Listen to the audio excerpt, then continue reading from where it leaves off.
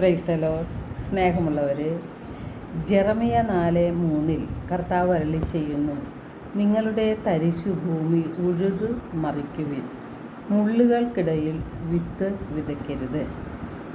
നമ്മുടെ ഹൃദയമാകുന്ന തരിശുഭൂമി ഉഴുതുമറിച്ച് മുള്ളുകളായ പാപങ്ങൾ, അതായത് വെറുപ്പ്, വൈരാഗ്യം, വിദ്വേഷം, അഹങ്കാരം, പ്രതികാര ചിന്തകൾ, ക്ഷമിക്കാൻ പറ്റാത്ത അവസ്ഥ, ഇങ്ങനെയുള്ള മുള്ളുകളെല്ലാം മാറ്റിയിട്ട് ദൈവവചനമാകുന്ന വിത്ത് ഹൃദയത്തിൽ വിതയ്ക്കുവാനാണ് പറയുന്നത്. നമ്മുടെ ഹൃദയത്തിൽ മുള്ളുകളുള്ളപ്പോൾ വചനങ്ങൾക്ക് പ്രവർത്തിക്കാനായിട്ട് സാധിക്കുകയില്ല. നമ്മുടെ ആത്മീയ നേത്രങ്ങൾ തുറക്കുകയുമില്ല. വിശുദ്ധ ലൂക്കായുടെ സുവിശേഷം 24-ാം അധ്യായം 32-ാം തിരുവചനത്തിൽ നാം ഇപ്രകാരമാണ് കാണുന്നത്. അവർ പരസ്പരം പറഞ്ഞു, വഴിയിൽ വെച്ച് അവൻ വിശുദ്ധ ലിഖിതങ്ങൾ വിശദീകരിച്ച് നമ്മോട് സംസാരിച്ചപ്പോൾ നമ്മുടെ ഹൃദയം ജ്വലിച്ചിരുന്നില്ലേ? അപ്പോൾ യേശു വിശുദ്ധ ലിഖിതങ്ങൾ വിശദീകരിച്ചുകൊണ്ട് ശിഷ്യന്മാരോട് സംസാരിച്ചപ്പോൾ ശിഷ്യന്മാരുടെ ഹൃദയം ജ്വലിച്ചിരുന്നു. നാം ധാരാളം വചനം കേൾക്കുന്നവരും വായിക്കുന്നവരുമാണ്. നമ്മുടെ ഹൃദയത്തിൽ ഒരു ജ്വലനവും ഉണ്ടാകാറില്ല. നമ്മുടെ ആത്മീയ നേത്രങ്ങൾ തുറക്കാറില്ല. എന്തുകൊണ്ടാണ് ഇങ്ങനെ നമുക്ക് സംഭവിക്കുന്നത്? നമ്മുടെ ഹൃദയം കഠിനമാണ്. വിദ്വേഷത്തിൻ്റെയും വെറുപ്പിൻ്റെയും വൈരാഗ്യത്തിൻ്റെയും പ്രതികാര ചിന്തകളുടെയും ക്ഷമിക്കാൻ പറ്റാത്ത അവസ്ഥയുടെയും എല്ലാം മുള്ളുകൾ കൊണ്ട് നിറഞ്ഞതാണ് നമ്മുടെ ഹൃദയം. യേശു പറഞ്ഞത് മുള്ളുകൾക്കിടയിൽ വിത്ത് വിതയ്ക്കരുത് എന്നാണ്. ഹൃദയത്തിലുള്ള മുള്ളുകളെ നീക്കി ഹൃദയം നിർമ്മലമാക്കിയതിന് ശേഷം നമ്മുടെ ഹൃദയത്തിൽ വചനം നിറയ്ക്കണം എന്നാണ് യേശുനാഥൻ നമ്മോട് പറയുന്നത്. അശുദ്ധമായ ഹൃദയത്തിൽ ദൈവത്തിൻ്റെ വചനങ്ങൾ വിതയ്ക്കരുത്.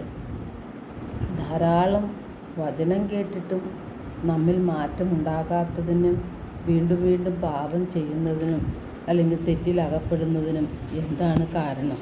എന്തുകൊണ്ടാണ് ഇങ്ങനെ നാം തെറ്റിൽ വീഴുന്നത്? വിശുദ്ധ മാർക്കോസിൻ്റെ സുവിശേഷം 12-ാം അധ്യായം 24-ൽ യേശു ചോദിക്കുന്നുണ്ട്, വിശുദ്ധ ലിഖിതങ്ങൾ ദൈവത്തിൻ്റെ ശക്തിയോ അറിയാത്തത് കൊണ്ടല്ലേ നിങ്ങൾക്ക് തെറ്റുകൾ പറ്റുന്നത്? അപ്പോൾ നമ്മുടെ ഹൃദയത്തിലെ പാപങ്ങളെല്ലാം നാം എടുത്തു മാറ്റണം. വെറുപ്പിൻ്റെയും വിദ്വേഷത്തിൻ്റെയും പ്രതികാര ചിന്തയുടെയും അഹങ്കാരത്തിൻ്റെയും എല്ലാം മുള്ളുകൾ മാറ്റി ഹൃദയത്തെ നിർമ്മലമാക്കുകയാണ് നാം ചെയ്യേണ്ടത്. ദൈവം നമ്മിൽ നിന്ന് ആഗ്രഹിക്കുന്നതും നമ്മുടെ വിശുദ്ധീകരണമാണ്. ദൈവം നമ്മെ വിളിച്ചിരിക്കുന്നത് അശുദ്ധിയിലേക്കല്ല, വിശുദ്ധിയിലേക്കാണ്.